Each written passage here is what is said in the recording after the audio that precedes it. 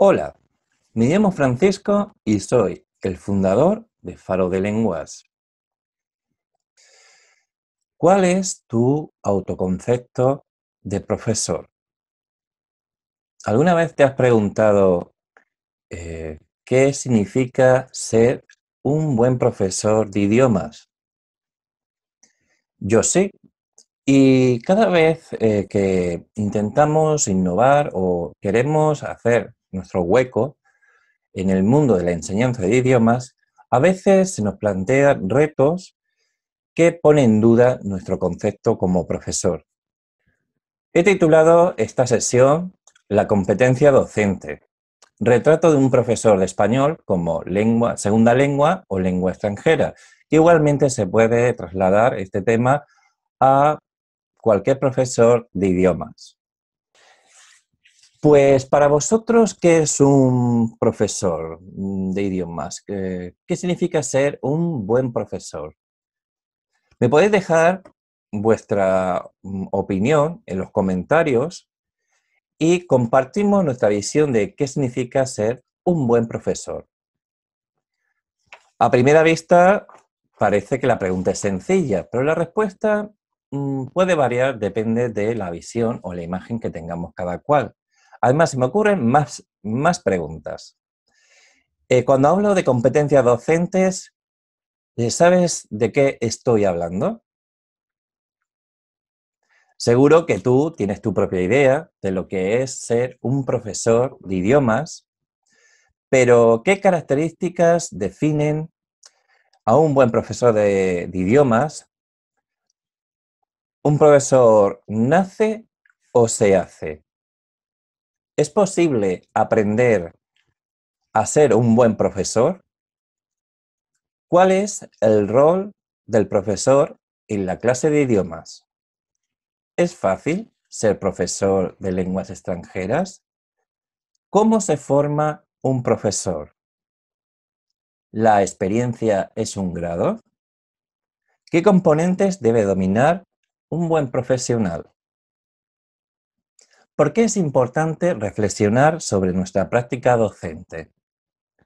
¿Y qué significa reflexionar sobre nuestra forma de pensar y actuar en el aula?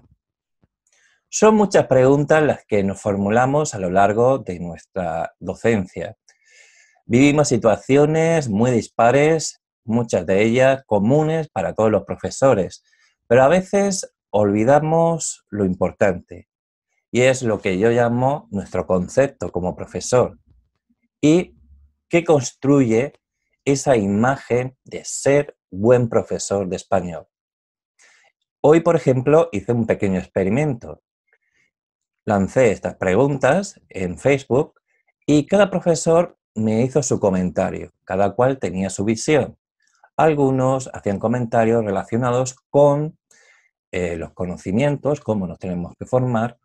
Otros hacían comentarios sobre las actitudes o habilidades, pero ninguno de los que contestaron a mi pregunta se pararon a pensar en este punto, en la reflexión, ¿no? En ese enfoque reflexivo de nuestra labor docente. Bien, pues vamos con la primera diapositiva. Primera imagen. ¿Qué ves? Una profesora, un libro, una pizarra, un entorno educativo reglado. Es la imagen tradicional del profesor en su ecosistema. Posiblemente tú hayas vivido esta situación, no como profesor, pero sí como alumno. Yo recuerdo que en mi etapa escolar el papel del profesor era la autoridad, el alumno adoptaba un rol totalmente pasivo y jamás se cuestionaba la autoridad del profesor. Ni siquiera se nos pasaba por la mente que el profesor también podía cometer errores en sus exposiciones. Ahora vamos a ver otra fotografía, la número 2. Casualmente vi este vídeo y me llamó la atención el título, Profesores que dejan marca. Esos profesores que dejan huella. Si tú me preguntaras, Bueno, ¿qué profesores te han dejado marca? Pues yo recuerdo que mi profesora del colegio, mi profesora de lengua y literatura castellana, fue una inspiración para mí. Ella me enseñó a leer, a escribir. La mayoría de las profesoras que tuve en el colegio, según iba pasando de curso, pero recuerdo con un especial cariño a doña Elisa. Entonces, el tratamiento del profesor no era de tú a tú, sino era un tratamiento más jerárquico. Por eso utilizábamos don o doña, según el caso. ¿Por qué esta profesora me dejó marca? Porque me descubrió la lengua, me descubrió la magia de la literatura y de alguna manera marcó el camino que iba a seguir en el futuro. Más tarde, otra profesora también me inspiró.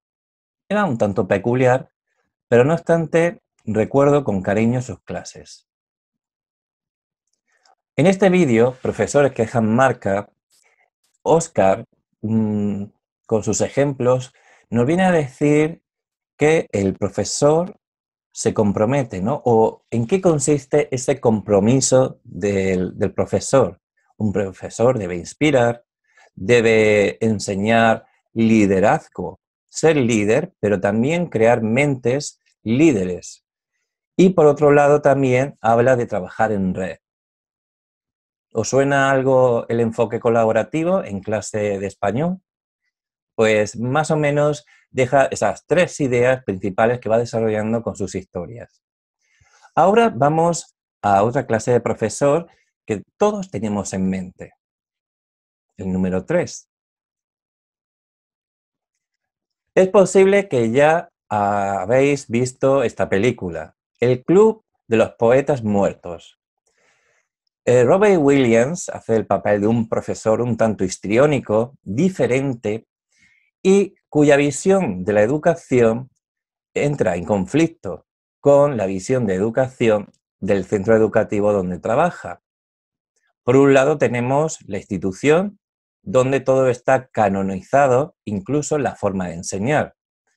Y por otro lado tenemos al personaje, al profesor, que despierta las mentes, que inspira, es un líder y crea a otros líderes.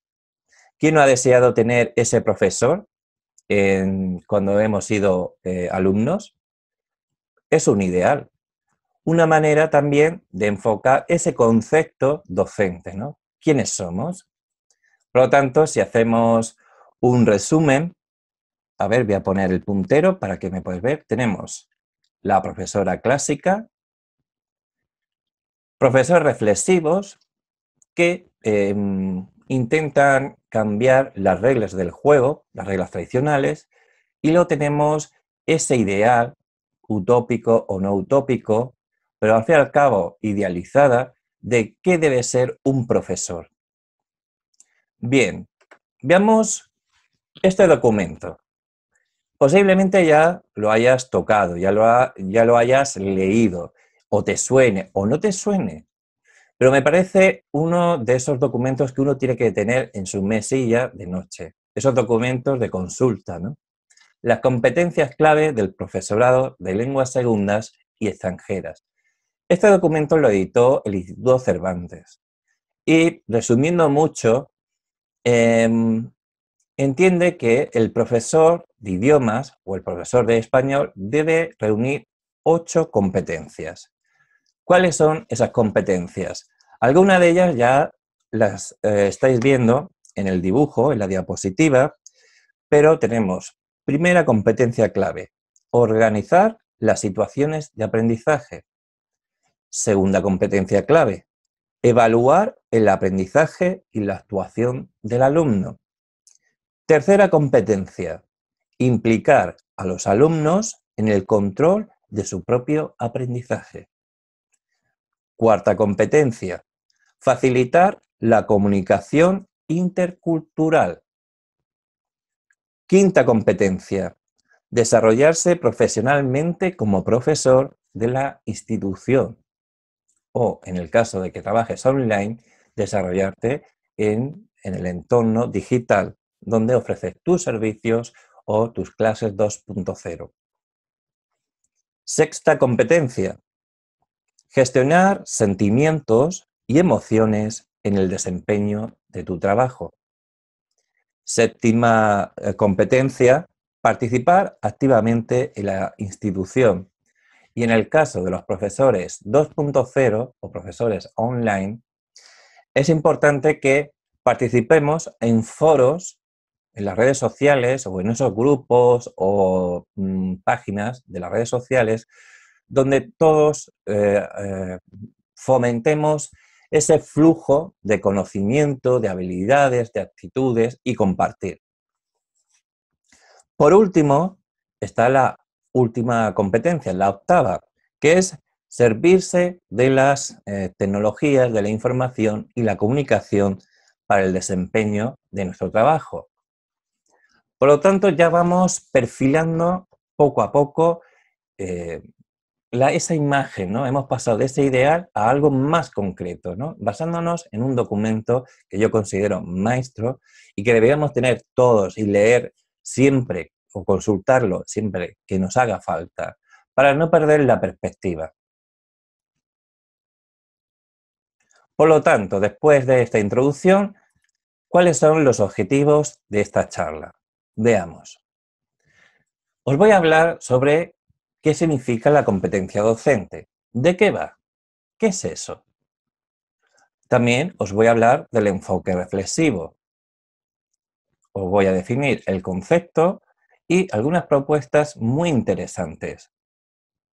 Por supuesto, voy a hablar de la taxonomía docente, es decir, qué tipos de profesores hay. Luego, los componentes de la competencia docente, es decir, en qué consiste la competencia docente y cuáles son los elementos que la construyen. En penúltimo lugar, el aprendizaje reflexivo y por último os voy a hablar sobre el portafolio del profesor, de qué trata, cómo podemos llevarlo a cabo, etc.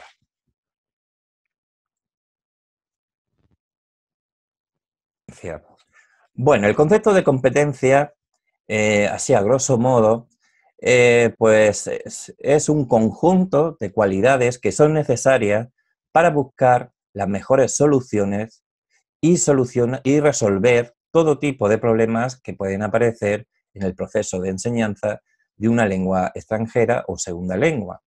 La competencia está compuesta por dos grandes elementos: el trabajo específico de un contexto particular e integra diferentes tipos de conocimientos, habilidades y actitudes.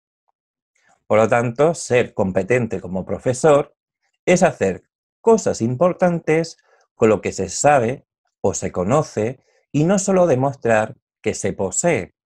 La famosa titulitis, ¿os suena de algo? Efectivamente.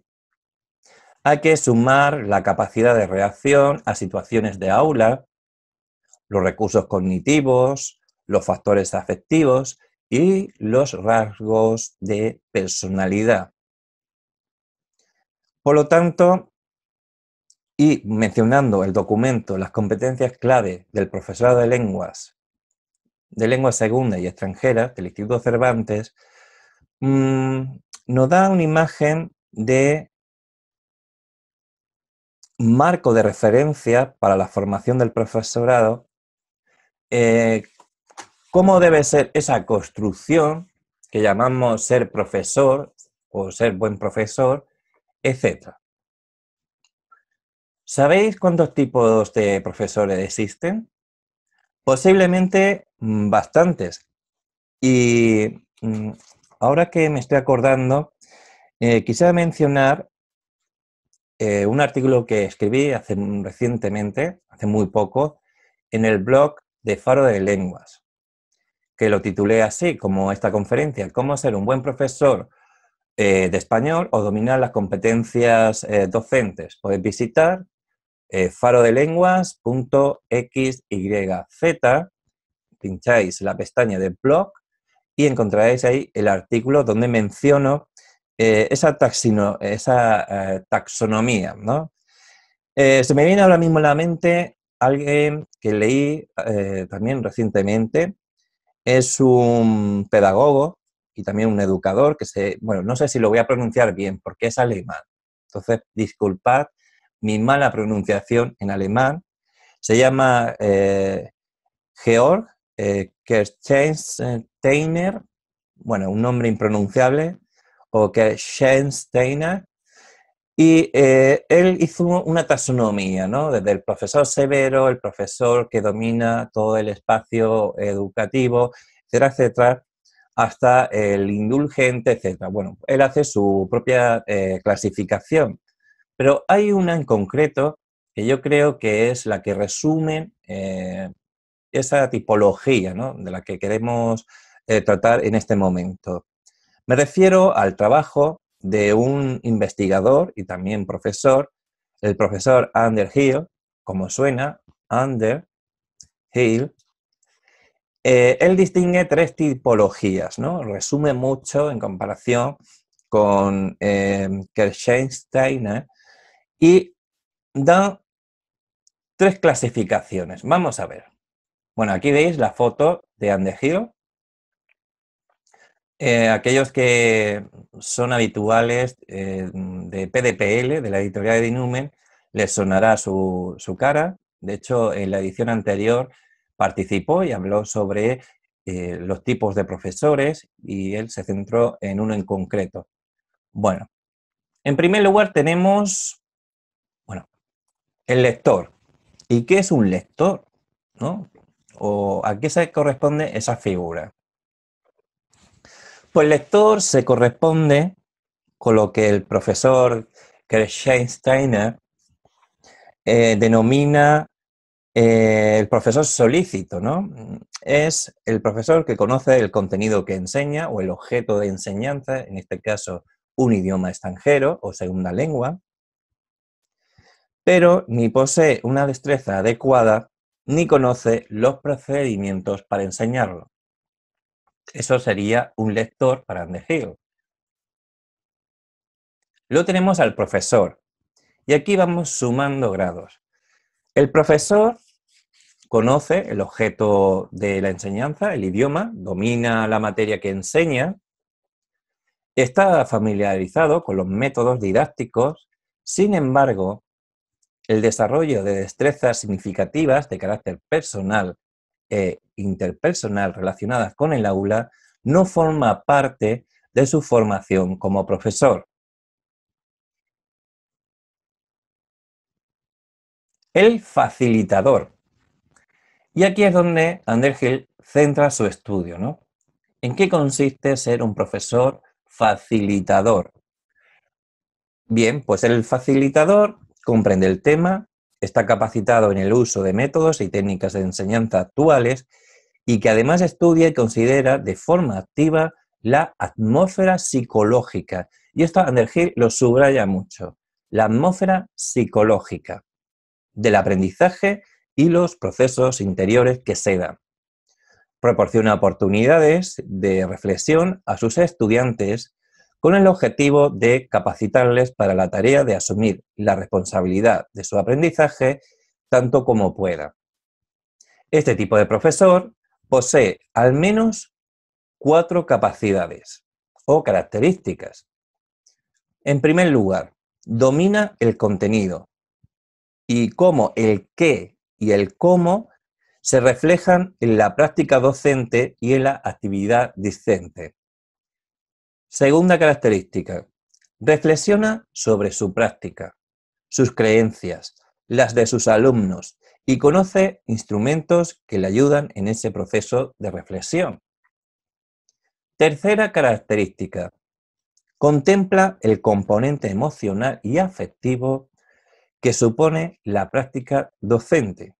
Y por último, y cuarta característica, ayuda y ofrece instrumentos a sus alumnos para la reflexión de su aprendizaje. Bien, nos vamos acercando a otro profesor, otra tipología totalmente diferente a esa que tenemos aquí en la mente ideal, ese profesor del Club de los Poetas Muertos. El lector, por ejemplo, yo lo pondría en la imagen de la profesora, la primera imagen que os he enseñado. El vídeo de profesores que marcan estaría entre el profesor y el facilitador, más facilitador que profesor, Y ese club de los poetas muertos sería el ideal, ¿no? El profesor ideal, el que todos tenemos en mente. Vamos a hablar ahora de los componentes, ¿no? Del desarrollo profesional.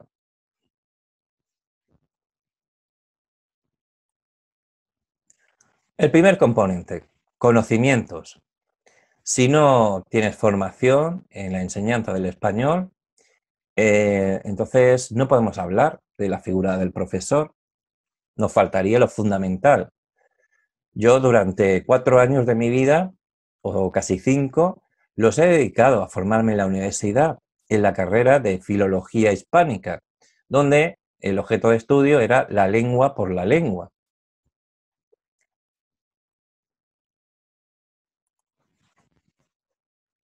Imaginaros un aula y que llega de pronto un profesor sin ninguna formación o contratan los servicios online de un profesor que se define como nativo, pero que en ningún momento ha recibido formación sobre el idioma español. Pues sería difícil, ¿no?, de llevar a cabo esa clase, ¿no? Se plantearía dudas, incluso el propio alumno puede plantear dudas. Muchas veces nos hemos visto en esa tesitura, ¿verdad? Todos los profesores deben poseer conocimientos sobre el objeto de enseñanza y sobre las teorías de la enseñanza y aprendizaje de segundas lenguas, lenguas extranjeras. Pero, ¿cuál es la formación más adecuada? ¿Cómo podemos expandir nuestra formación como docentes? Bien, pues nuestra formación inicial debe contener estos elementos. Nociones sobre la preparación, organización y desarrollo de las clases en las aulas. Da igual si hablamos de enseñanza presencial o enseñanza a distancia. Competencias profesionales, como saber o tener conocimientos sobre metodologías o didáctica, estrategias adaptadas a diversos grupos de alumnos, etc. Y por último, también contar con experiencia, ¿no? Prácticas pedagógicas. Esto se contempla actualmente en el programa de formación de los másteres, ¿no?, tanto de universidades públicas como privadas. Tienen un bloque que es teórico y otro bloque que es práctico y luego esas prácticas pedagógicas. En opinión de Miquel Lovera, la formación para profesores y formadores de profesores reúne las siguientes características.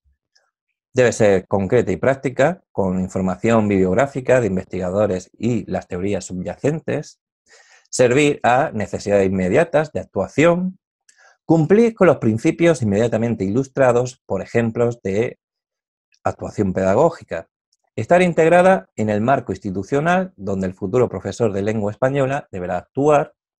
Ser prescriptiva, pero también abierta. Debe permitir integrar los conocimientos con la práctica docente a llevar a cabo, iniciar la actividad docente con seguridad, motivar al docente para que éste motive a su vez a sus estudiantes, debe transmitir contenidos como la descripción de la lengua adecuada a su enseñanza como lengua extranjera, teoría básica de aprendizaje de lenguas extranjeras y de segundas lenguas, incluyendo nociones sobre adquisición de una segunda lengua, didáctica y metodología sobre la enseñanza de las lenguas extranjeras, organización de la actividad en el aula, actividades relacionadas con las diversas habilidades lingüísticas y su integración,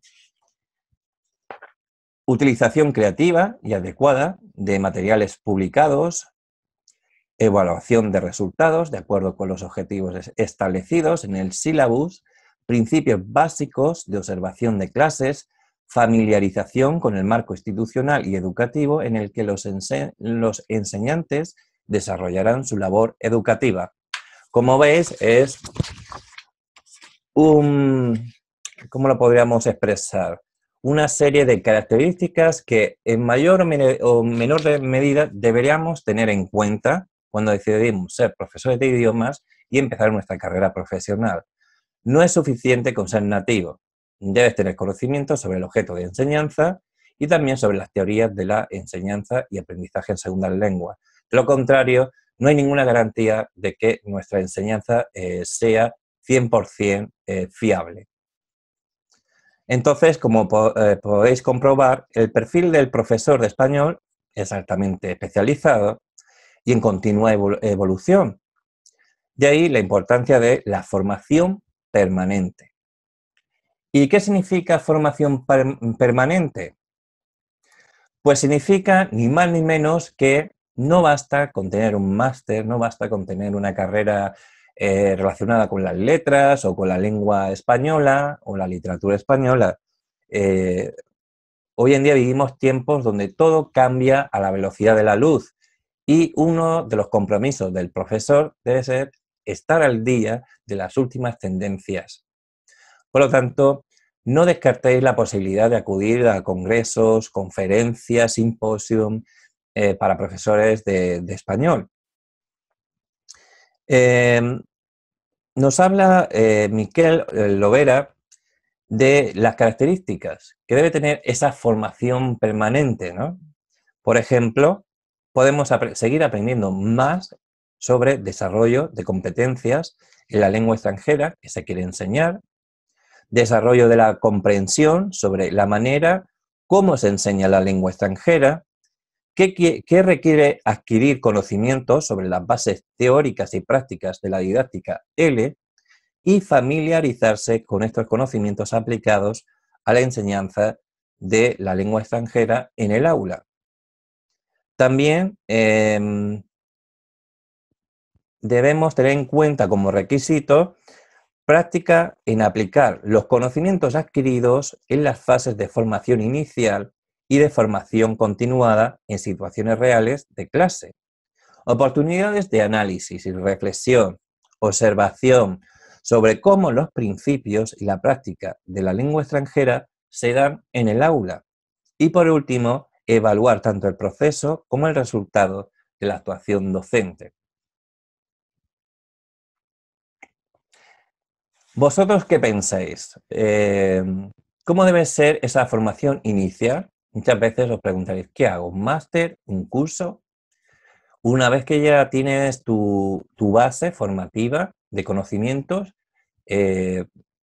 a veces incluso te puedes preguntar, bueno, ¿sería positivo acudir a un foro de profesores de español, a unas jornadas, a unos congresos? No olvides dejarme tus comentarios a medida que vayamos avanzando en el vídeo, porque me interesa también contrastar vuestro punto de vista y también lo que estoy exponiendo, ¿no? Bueno, pues además de la formación, a ver si me sale, la formación permanente del profesor, que es una necesidad. Y como también es una necesidad crear esos espacios de reflexión, de intercambio de conocimientos, porque ofrecen muchas oportunidades de recibir un feedback y de estar al día de las últimas investigaciones, de las últimas tendencias. Pues otra cosa que también quiero comentar en esta sesión es las habilidades. Hemos llegado al apartado de habilidades. Para vosotros, ¿qué son las habilidades docentes? No olvidad dejarme vuestros comentarios. Bueno, pues según he podido investigar, podemos hablar de habilidades docentes, es decir, aquello que habíamos comentado antes, ese conjunto de conocimientos, esa formación, habilidades comunicativas, habilidades profesionales, habilidades interculturales y habilidades de desarrollo profesional como profesor de segundas lenguas. Si anteriormente en el grupo o en el componente conocimientos hablábamos el qué, o sea, qué sabemos, aquí en habilidades es el cómo. Cómo ponemos en práctica esos conocimientos según los contextos o según en el momento en el que nos encontremos desde el punto de vista laboral, pero también docente. Las últimas metodologías pues, se basan en un modelo pedagógico que nos ofrece información sobre cómo actuar ante los nuevos enfoques centrados en los procesos afectivos de los alumnos. El profesor es un guía en el proceso de la enseñanza y aprendizaje, facilita la adquisición de conocimientos y experiencias prácticas y fomenta el desarrollo de los procesos cognitivos y afectivos de los estudiantes, su autoestima y autonomía mediante desafíos. Así es como los alumnos descubren cómo pueden lograr la resolución de una tarea y en qué medida. Como veis, vamos ya construyendo esa imagen más objetiva y más crítica del profesor. El profesor es un facilitador, crea esa atmósfera psicológica y domina las últimas metodologías didácticas. Además, y crea oportunidades de enseñanza, aprendizaje en el aula. He elegido para esta diapositiva esta imagen porque ciertamente el que tiene aquí una jardinera y va regando la planta sería el formador de formadores y el que recibe esa agua, ¿no? Esos conocimientos, esas habilidades, es el docente, ¿no? Común y corriente y que va creciendo.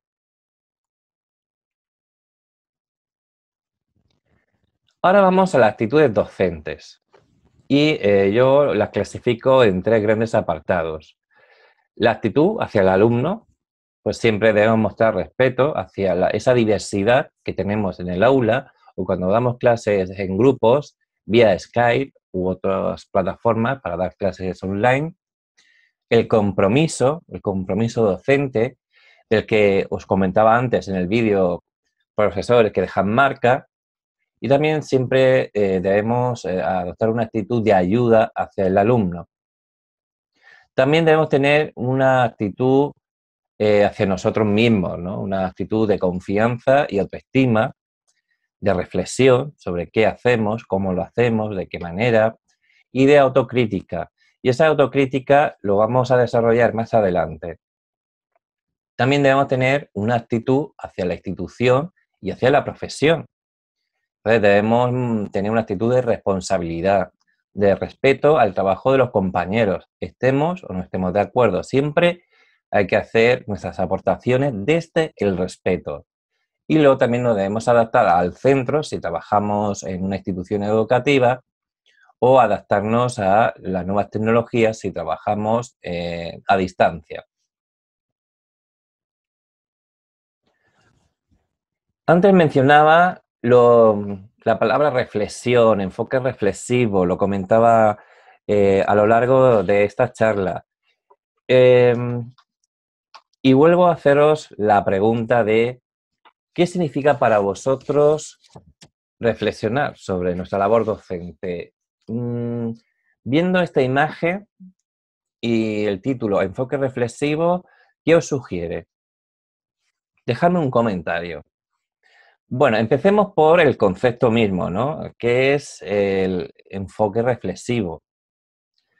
Según algunos autores, el enfoque reflexivo se basa en una visión constructivista del aprendizaje según el cual el conocimiento de la práctica docente debe ser un conocimiento creado por el mismo sujeto en formación y no un conocimiento ya creado con anterioridad por terceros y transmitido por ellos. Debemos aspirar a desarrollar un enfoque reflexivo de la enseñanza en el que los docentes vayan más allá de una forma de reflexión meramente intuitiva por medio de una realización de la reflexión sistemática y pautada, ¿no? Recogiendo datos acerca de su labor, el examen de sus actitudes, creencias, presuposiciones y práctica docente, y utilizando la información obtenida como base para la reflexión crítica sobre su actuación en el aula. Por lo tanto, ¿qué utilidad tiene adoptar este enfoque reflexivo? ¿En qué nos puede ayudar a mejorar y a ser buenos profesores de idiomas o profesores de español?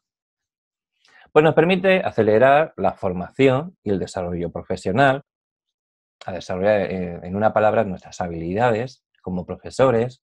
Es decir, el profesor gana calidad en su labor docente. Otra ventaja, nos permite establecer relaciones entre el conocimiento y la actuación. Adaptamos los conocimientos adquiridos en distintos contextos del aula en favor de una mayor eficacia y excelencia. Nuestras reflexiones y análisis de nuestras actuaciones nos dará una visión global que ayude a resolver problemas en la propia labor como enseñantes de idiomas.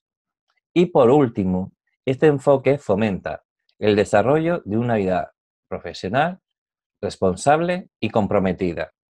Los profesores han de analizar de un modo objetivo la eficacia de su labor y reflexionar críticamente sobre lo que se descubre con el objeto de proceder a la acción, llegando a modificar lo que consideran oportuno o emprendiendo iniciativas según las estrategias correspondientes. ¿Cómo podemos llevar a cabo este enfoque reflexivo? ¿De qué manera? Pues el enfoque, el proceso, lo que es el proceso de reflexión, se puede hacer en 6 pasos. Tomad nota. Número 1. Pensar en lo ocurrido. Pues un ejemplo puede ser, bueno, acabo de terminar una clase presencial o a distancia y anoto en mi cuaderno de profesor, puede ser una libreta, una hoja o mi diario, qué ha pasado, qué aspectos positivos, qué aspectos negativos y qué cosas podría mejorar de aquello que ha sucedido en mi clase. Debemos recordarlo con el mayor detalle posible. Debemos investigar los motivos de cualquier incidente o eventualidad que ha surgido. Debemos enmarcar lo ocurrido a la luz de un marco teórico. Siempre nos debemos basar en el conocimiento también tener esa curiosidad por saber, bueno, qué dicen los investigadores sobre este asunto, ¿no? O cómo estos conocimientos que he adquirido o que estoy adquiriendo pueden resolver una situación concreta. Debemos generar nuestras interpretaciones, es decir, bueno, nuestras conclusiones sobre el asunto en cuestión. Y por último, decidir lo que hay que hacer según el análisis de lo ocurrido. ¿Cuáles son las principales herramientas de reflexión y evaluación de la actuación docente? Pues, por ejemplo, podemos realizar informes de clase, llevar un diario de profesor, hoy en día una libreta es muy barata, o realizar observaciones de clases, podemos grabar la clase con el permiso del alumno o de los alumnos, realizar encuestas, entrevistas. ¿Tenéis alguna idea más de las que estoy mencionando? Seguro que sí. Pues, por ejemplo, a mí se me ocurre que, además de lo anteriormente dicho, podemos pasar a los alumnos cuestionarios, ¿no? Cuestionarios de, por ejemplo, evaluación de lo aprendido, evaluación del profesor, cuestionario de la lección de hoy, lo que sea, ¿no? Podemos también recurrir a lo que se llama portafolio reflexivo del profesor o llevar a cabo una investigación en la acción, es decir, es una puesta en marcha de un plan de acción cuya finalidad es modificar algún aspecto de cualquiera de los factores que intervienen en clase, seguida de una supervisión de los efectos de la innovación aplicada. Por lo tanto, observación, reflexión, recogida de datos y conclusión. Cuando hablo de portafolio reflexivo del profesor, vamos a empezar definiendo qué es un portafolio, ¿no? ¿A qué nos suena? Bueno, un portafolio no es otra cosa que una especie de carpeta o dossier que usan muchos profesionales para presentar lo mejor de su trabajo y ofrecer una idea lo más precisa posible de sus conocimientos y habilidades profesionales. Incluye muestras de su trabajo y referencias a sus actividades en general. Pues, por ejemplo, en el portafolio del profesor reflexivo yo puedo incluir que hago un podcast y redactar las características de ese podcast, cómo pueden acceder a la escucha de esos podcasts, etcétera. O qué artículos he publicado en mi blog como profesor de español. Por lo tanto, se trata de un instrumento para la reflexión del discente sobre su aprendizaje para su uso del día a día, el uso del profesor, como un profesional que reflexiona, medita sobre su labor docente. ¿Qué tipos de portafolios podemos encontrar? Bueno, hay un portafolio de tipo formativo, que es como una especie de currículum, donde vamos anotando nuestro recorrido formativo. Luego también podemos llevar a cabo un portafolio profesional, que permite la autoevaluación y la divulgación de la actuación docente. ¿Cuáles son las características de llevar a cabo un portafolio reflexivo docente? Pues bueno, es un documento vivo. Continuamente estamos aportando información a nuestra carpeta o portafolio o dossier y obliga a una constante reflexión sobre la labor docente y a la inclusión gradual de entradas significativas. Otra ventaja, otra característica, es que incluimos el acto de la reflexión como una disciplina más del profesor, porque esto pues sistematiza, incorpora ese ejercicio de reflexión y análisis sobre el proceso de enseñar y aprender una segunda lengua o lengua extranjera. Luego, también otra ventaja es que recoge nuestra experiencia de enseñar, ¿no? Y nuestras reflexiones activas sobre la experiencia, ¿no? De esa reflexión sobre la acción. También permite la autocrítica y el logro de la autonomía profesional. Y por último, pues ayuda a prestigiar la profesión docente en la medida que se da a conocer qué hace el profesor, por qué lo hace y qué efecto tiene en la enseñanza. Ahora os quiero hablar sobre tipos o ejemplos de portafolios para el profesor. Veamos, tenemos el PEL, que es las siglas de Portafolio Europeo de las Lenguas. Tiene varios apartados, se puede hacer online y nos puede dar una visión de nuestra labor docente, desde quién soy, cómo es mi enseñanza o mi mecanismo para que los alumnos aprendan, reflexiones sobre mi progreso o mi desarrollo profesional, etcétera, etcétera. Para acceder a este portafolio europeo, simplemente en el buscador de vuestro ordenador escribís Portafolio Europeo de las Lenguas y ya está, hacer la prueba. Yo lo hice cuando estudié el máster y bueno, la verdad es que sí ayuda. Al principio, pues bueno, si no estamos acostumbrados a este tipo de ejercicios, nos puede resultar un poco arduo, pero a medida que vamos evolucionando como profesores, echamos de menos este tipo de recursos. Y ahora nos vamos a centrar en una guía de elaboración del portafolio reflexivo del profesor. Bien, esto es una propuesta de dos profesores de Pujolà, se llama Joan Tomás Pujolà, se escribe en español Pujolà, y González. Es una guía de ayuda en la confección del portafolio reflexivo del profesor y su estructura está compuesta por 6 fichas. La primera ficha, ¿quién soy?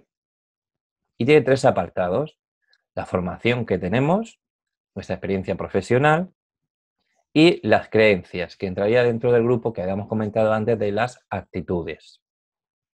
Dentro de las creencias tenemos el proceso de aprendizaje y adquisición de la L2, el papel del profesor, qué es un buen profesor y qué cualidades debe reunir, el papel del alumno, cómo es un buen aprendiz de L2 y qué tipo de estrategias de aprendizaje utiliza.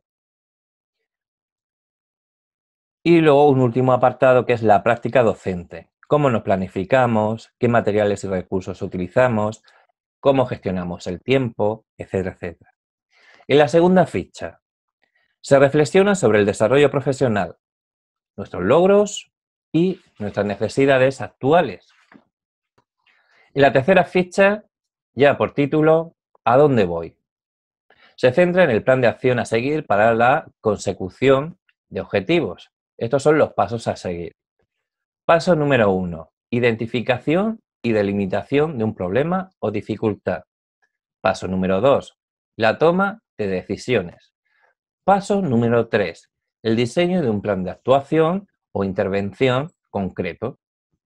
Y por último, paso número 4. La observación, el análisis y la valoración de la actuación y sus resultados. Ficha 4. ¿Cómo he llegado hasta aquí?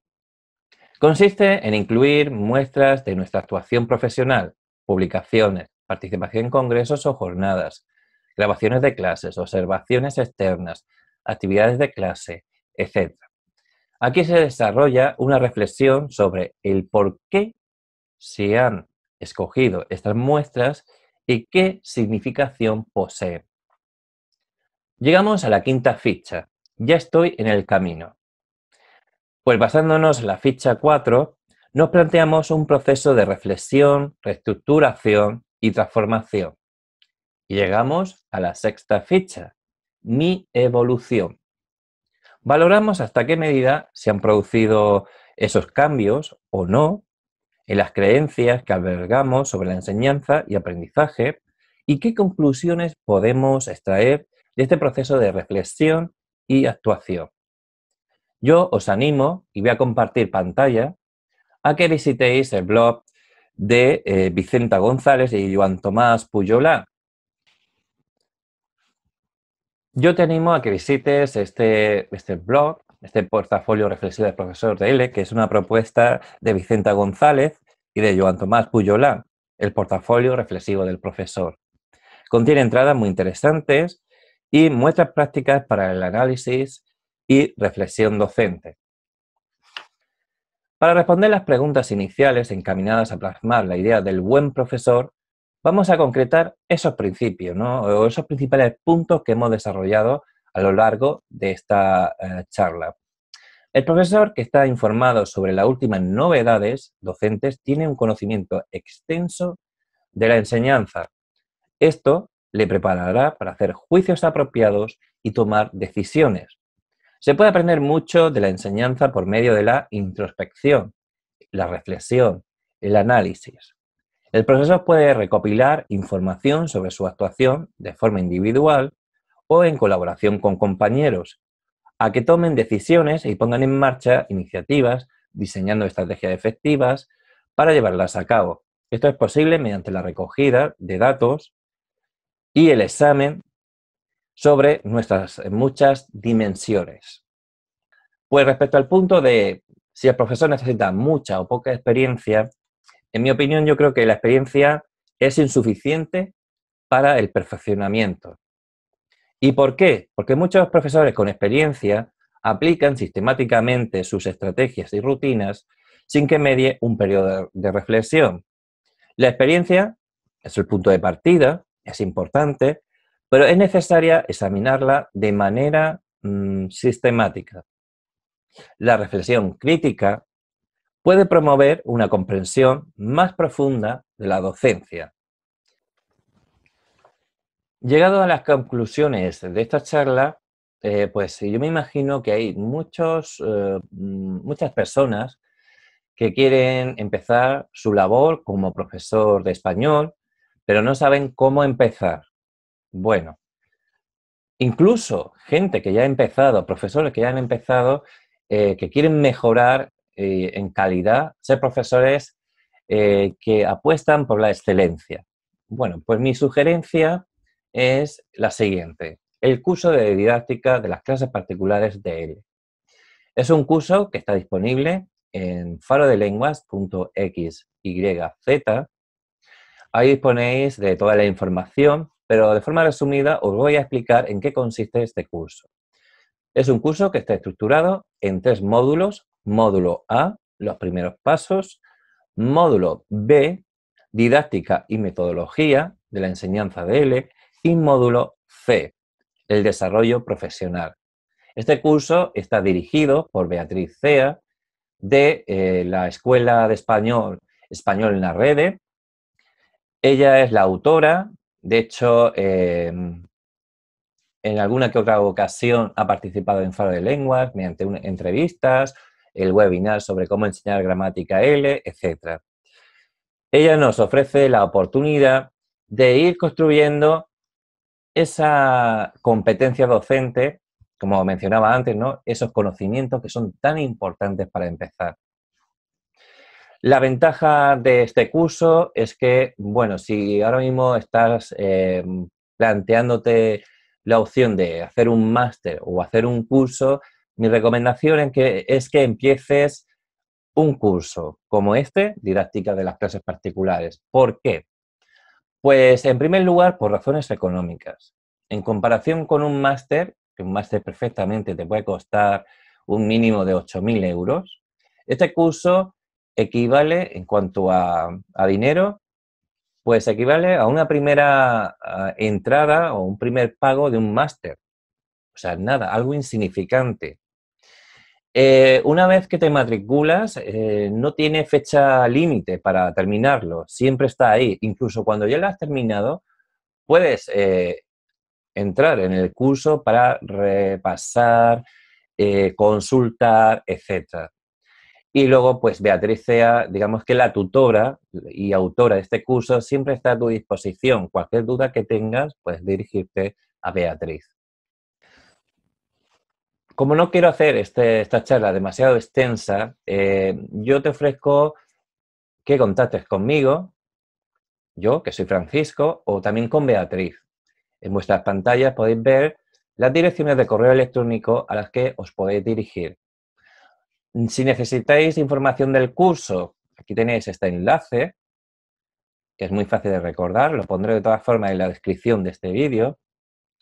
O si ya has decidido que quieres hacer este curso, también puedes acudir puedes hacer clic o copiar este enlace, que también lo dejaré en la descripción de este vídeo.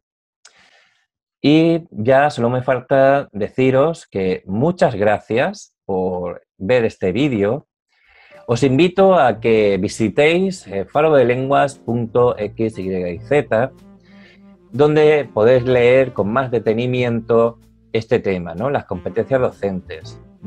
Visitáis el blog y ahí tenéis a vuestra disposición el artículo que escribí. Digamos que es la primera parte de una serie más amplia de artículos sobre este tema. Y además la ventaja que tenéis si visitáis el blog de farodelenguas.xyz es que podéis descargaros el artículo en formato PDF o si tienes un lector de Kindle, ahora que se llama así, que es como una tableta donde puedes leer documentos, libros en formato de texto, pues os descargáis el artículo como el que yo tengo en la mano, ¿lo veis en la pantalla? Y podéis tenerlo para vuestra colección de artículos interesantes para vuestra labor docente. Muchas gracias. Thank you very much. Y cualquier cosa que necesitéis y que queréis compartir conmigo, me podéis escribir en la dirección de correo electrónico que está en la pantalla y también visitad farodelenguas.xyz. Os recuerdo que os suscribáis a este canal de YouTube, Faro de Lenguas. Si os gustan los vídeos, un like. Y también me gustaría que compartierais vuestros comentarios conmigo. Por eso os voy a hacer una pregunta.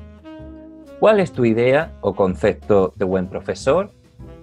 Repito, ¿cuál es tu idea o concepto de buen profesor? Después de ver este vídeo, me respondéis a esta pregunta y me lo dejáis en los comentarios. Será un placer compartir vuestros puntos de vista. Nos vemos próximamente aquí en el canal de Faro de Lenguas. ¡Hasta pronto!